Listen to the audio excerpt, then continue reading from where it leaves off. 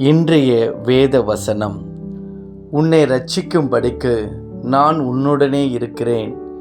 Jeremiah 1:17. In English, I am with you and will rescue you. Jeremiah 1:19. இன்றைய பொன்மொழி, எந்த சூழ்நிலையிலும் கிறிஸ்துவை மறுதலியாகிறவர்களின் பங்கு பரலோகத்தில் மிகுதியாக இருக்கும். கர்த்தருக்குள் பிரியமானவர்களே, உன்னை இரட்சிக்கும்படிக்கு நான் உன்னுடனே இருக்கிறேன். இரட்சிப்பு என்பதற்கு இன்னொரு அர்த்தம் பாதுகாத்தல், பாதுகாப்பாய் நம்மை வழிநடத்துதல்.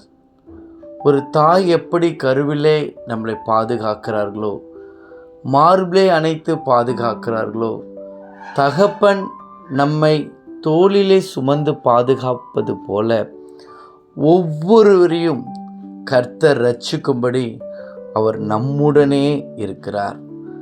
அவர் யாவருடன் இருக்கிறேன் என்று சொல்லவில்லை, உன்னுடனே இருக்கிறார்.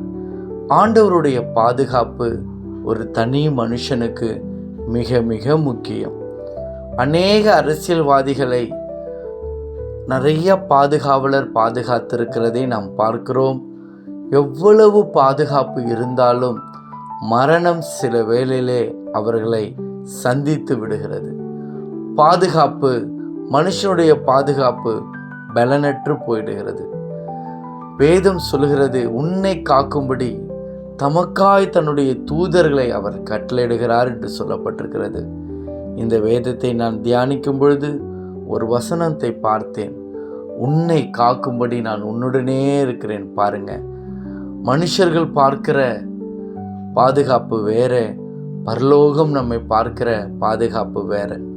சத்ரு நமக்கு விரோதமாய் அநேக காரியங்களை நம்மளை விழுங்கலாம் என்று பார்க்கும் பொழுது தேவனுடைய பாதுகாப்பே அல்லாமல் சத்ருவின் கைகளிலிருந்து நம்மை தப்புவிக்க யாராலையும் முடியாது. பிரியமானவர்களே, ஆண்டவர் உங்களை பார்த்து சொல்கிறார், உன்னை இரட்சிக்கும்படி நான் உன்னுடனே இருக்கிறேன் என்று சொல்லி, உன்னை காக்கும்படி நான் உன்னுடனே இருக்கிறேன் என்று சொல்லுகிறார். பயப்படாதீங்க, கலங்காதீங்க. யாரும் உங்களை ஒன்றுமே செய்ய முடியாது. ஏன்னா ஆண்டவர் உங்களோடு கூட இருக்கிறார் என்று தேவன் வாக்கு பண்ணுகிறார். கர்த்தர் உங்களை ஆசீர்வதிப்பாராக. ஆமென்.